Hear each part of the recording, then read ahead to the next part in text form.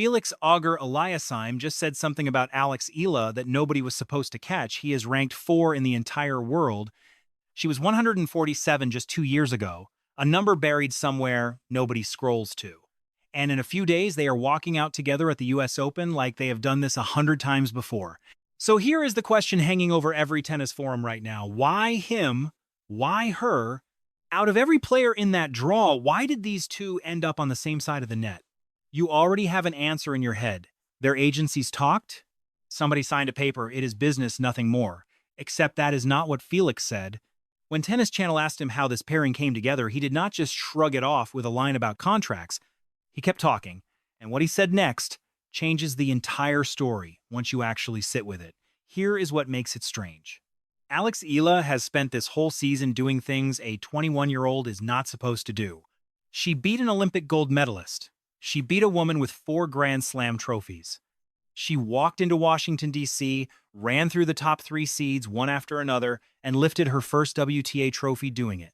So when a player riding that kind of momentum gets attached to a top 5 men's player right before the biggest tournament on American soil, you have to ask yourself, is this really just paperwork? And if it really was just paperwork, why did Felix feel the need to say more than he had to? Stay with me. By the end of this video, you will understand exactly what is happening behind this pairing and why it might be the clearest sign yet of what Alex Eala has quietly become in this sport. But first, rewind with me, because you need to know who this young woman actually is before you can understand why the whole tennis world cannot stop talking about her. 2 years ago, Eala was ranked 147. Grinding through qualifying rounds nobody watches, playing on outer courts in front of maybe 20 people. That is where most careers quietly go to die. She did not stay there. By August of this year, she had climbed all the way to world number 20. And the moment that made the whole sport turn its head was Washington.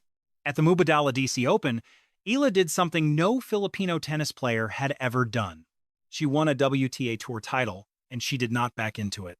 She went straight through the top 3 seeds. She took down Qin Wenjung, an Olympic gold medalist. She took down Naomi Osaka, a 4-time major champion. And in the final, she found herself down a set to Jessica Pegula, ranked 3rd in the world. Lost the first set, 4-6. Most players fold right there. She flipped the whole match and closed it out 6-4, 6-love, 6-love in the deciding set of a tour final. Against a top 3 player on the planet, that is not luck. That is someone who figured something out about herself in real time, under real pressure. Rafael Nadal, whose academy in Mallorca practically raised her since she was 13, posted straight to her after that win. He called it a well-deserved trophy for all the hard work and thanked the whole Rafa Nadal Academy team. Martina Navratilova reshared it with 2 words, well done. And Andy Roddick, on his own podcast, said flat out that Eala is not scared to play the top players, like it was the most obvious fact in tennis. By August, this was not some cute rising story anymore. This was a 21-year-old carrying a 9-4 career record against top 10 opponents. 9 wins, 4 losses. Most players never get anywhere close to that ratio in their entire careers. And here is why that matters to the story we are actually telling. When agencies pair 2 athletes together for something as public as US Open mixed doubles, they are not gambling. They are protecting an investment. Every name attached to another name sends a signal about how that player is valued.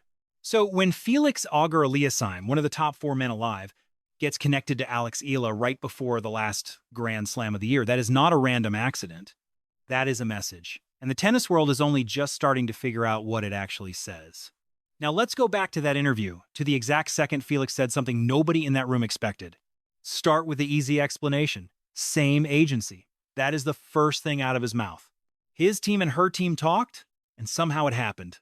Simple enough on the surface, except agencies represent dozens of athletes at once.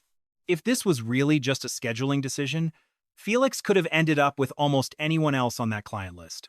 There were other rising names, other players with real commercial pull. Look around the rest of this draw and it gets more confusing.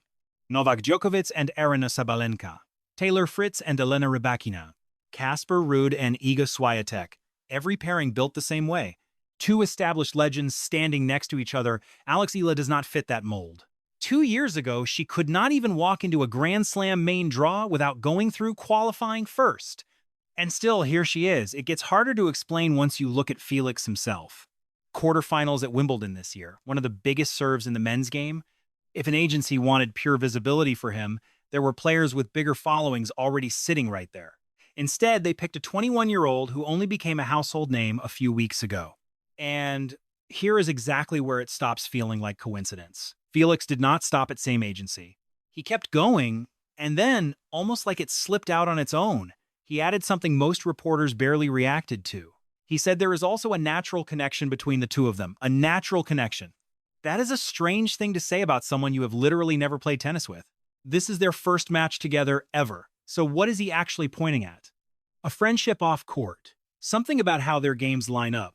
Or something simpler about how the tennis world already sees both of them right now, two rising stars colliding at exactly the right moment. He never explained it, and nobody pushed him to. Here is the part almost everyone missed. Go back and read what he said, word for word. Same agency, and then I think the people in our teams kind of talked and made that happen.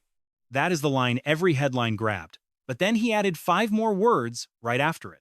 There is also a natural connection between them. Most people heard that as filler.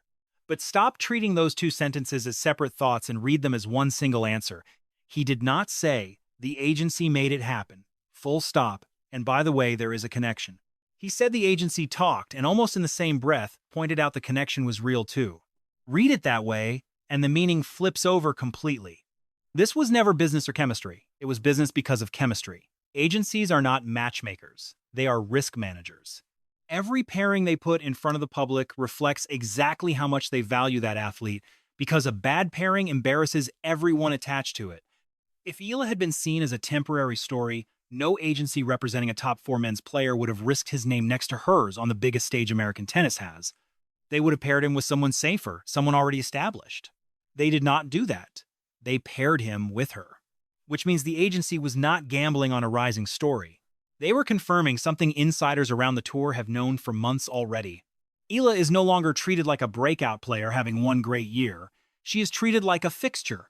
And look at the tennis itself, because this is where that natural connection actually starts to make sense. Eala plays left-handed. That single detail changes the geometry of every rally, forcing opponents to adjust to angles most of them have spent their careers training against right-handers instead. Pair that with Auger-Aliassime, a man with one of the biggest first serves in the men's game and a forehand that ends points before a rally even develops, and you get 2 players built to attack in completely different ways at completely different moments. One creates chaos with angles nobody sees coming, the other ends the point before the chaos even has time to exist. That is not a commercial pairing dressed up to look exciting. That is a genuinely explosive combination on paper. So here is the real twist. The story was never business versus connection. The business only happened because the connection was already real enough to justify it.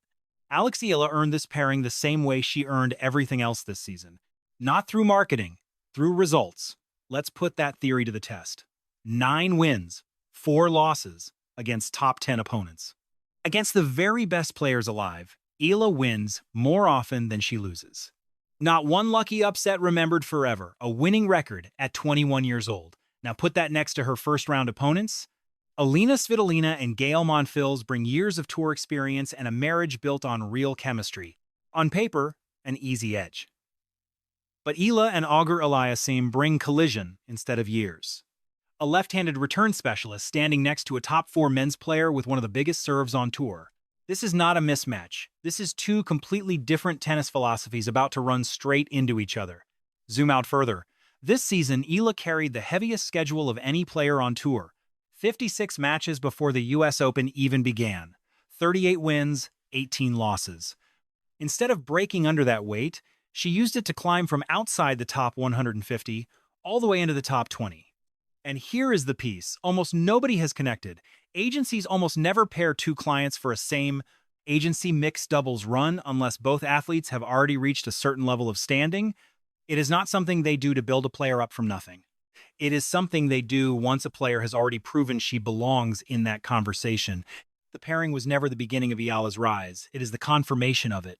So when Felix said there is also a natural connection between them, he was not describing some vague chemistry nobody can point to. He was describing something simpler. 2 players who both understand exactly how rare it is to be this good, this early, standing next to each other because the sport has finally caught up to what both of them already knew about her. This was never simply business, and it was never simply chemistry either. It was both, because in professional tennis, those two things stopped being separate the moment Eala's results made them the same thing.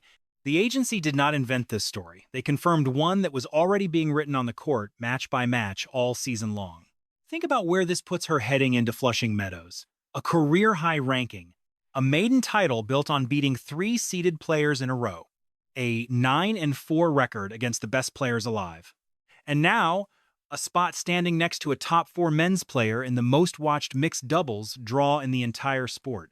None of it happened by accident, and this stretches far beyond one pairing at one tournament.